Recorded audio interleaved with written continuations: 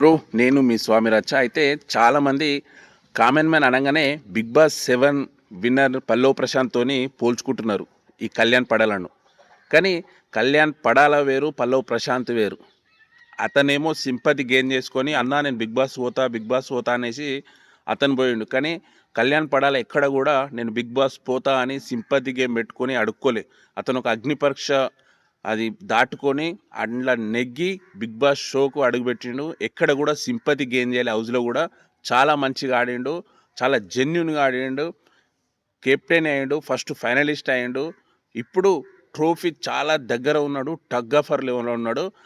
Tug offer కాదు, అతను 100% trophy గెలిచేలా మనం చూడాలి. మనం ఓట్లేసి కళ్యాణ్ పడాలని గెలిపియాలి. అతనితో టగ్ ఆఫర్ ఉన్నది ఎవరు అంటే తనుజ. అసలు తనుజ ఆడపిల్ల, అంటే ఆడపిల్ల ఈడపిల్ల కాదు. ఆడపిల్ల అంటే కన్నడ అమ్మాయి, తెలుగు అమ్మాయి కాదు. అలాంటి కన్నడ అమ్మాయికి మనం ఓట్లేసి కన్నడ వారికి ట్రోఫీ ఎట్లా ఇస్తాం బ్రో?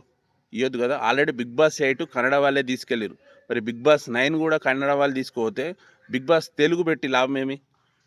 ఇప్పుడు కన్నడ వాళ్ళు 'బిగ్ బాస్' కన్నడలా తెలుగు వారిని తీసుకుంటారా? తీసుకోరు కదా. అలాంటిది మరి 'బిగ్ బాస్' తెలుగు 9 కూడా కన్నడ వారికి ఇస్తే అది ఎంతవరకు కరెక్టు కాదు కదా. ప్రతి ఒక్కరు కళ్యాణ్ పడాలకు ఓటేయాలి, తెలుగు వారిని గెలిపియాలి, జవాన్ని గెలిపియాలి. గెలిచిన తర్వాత ప్రతి ఒక్కటి సెల్యూట్ కొట్టాలి.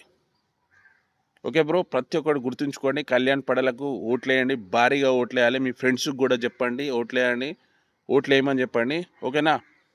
ఇంకోటి, 'Bigg Boss 7' winner 'Bigg Boss 9' Kalyan పడాలకు కంపారిజన్ చేయకండి. ఓకేనా. ఇతను నిజమైన కామన్ మ్యాన్ ఈసారి 'బిగ్ బాస్ 9' ట్రోఫీ కొడుతున్నాడు. జవాన్ కళ్యాణ్ పడాలా. Okay bye. ప్రతి ఒక్కరు ఓట్లేయండి.